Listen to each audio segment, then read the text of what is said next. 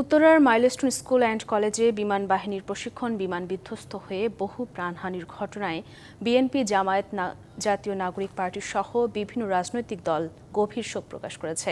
নিহতদের আত্মার শান্তি কামনা করেন এবং ভবিষ্যতে এ ধরনের দুর্ঘটনা এড়াতে প্রয়োজনীয় ব্যবস্থা নেওয়ার আহ্বান জানান নেতারা।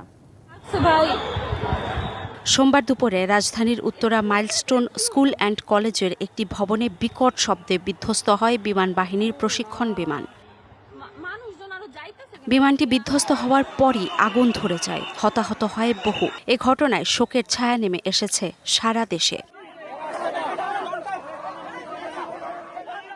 ঘটনার পর জাতীয় বার্ন অ্যান্ড প্লাস্টিক সার্জারি ইনস্টিটিউটে আহতদের খোঁজ নিতে যান বিএনপি মহাসচিব। এ সময় প্রশিক্ষণ বিমান বিধ্বস্তের ঘটনায় সুষ্ঠু তদন্ত দাবি করেন তিনি।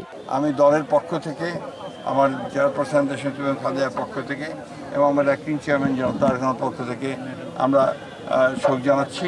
এই ধরনের দুর্ঘটনা যেন ভবিষ্যতে না হয় সে ব্যাপারে সংশ্লিষ্ট সকলকে আরও সতর্ক থাকা উচিত। উত্তরা আধুনিক মেডিকেল কলেজ হাসপাতালে আহতদের দেখতে যান বিএনপির সিনিয়র যুগ্ম মহাসচিব রুহুল কবির রিজভী। এ সময় ঘনবসতিপূর্ণ এলাকায় প্রশিক্ষণ বিমান চালানো নিয়ে প্রশ্ন তুলেন তিনি।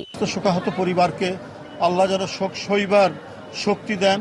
এই এলাকার মধ্যে এটি প্রশিক্ষণ বিমান, সে প্রশিক্ষণ দেবে, এটা আমার কাছে কেমন যেন একটা রহস্যজনক মনে হয়। এদিকে বিমান বিধ্বস্তের ঘটনায় হতাহতদের সুচিকিৎসা সহ সব ধরনের সহযোগিতার কথা জানিয়েছেন জামায়াতের আমির ডক্টর শফিকুর রহমান। যত ধরনের সহযোগিতা আছে সব দিয়ে যেন এই মানুষগুলার, বিপদগ্রস্ত মানুষগুলোর পাশে আমরা দাঁড়াতে পারি।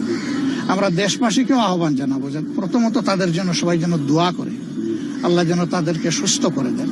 বিমান বিধ্বস্তের ঘটনায় শোক প্রকাশ করেছে এনসিপি। খাগড়াছড়িতে জুলাই পদযাত্রা শেষে সমাবেশে হতাহতদের জন্য দোয়া করা হয়। এদিকে বিমান দুর্ঘটনার কারণে জুলাই পদযাত্রার ফেনী, নোয়াখালী ও লক্ষ্মীপুরের সব কর্মসূচি স্থগিত করেছে দলটি। অর্ঘ্যমিত্রা তরফদার, ডিবিসি নিউজ ডেস্ক।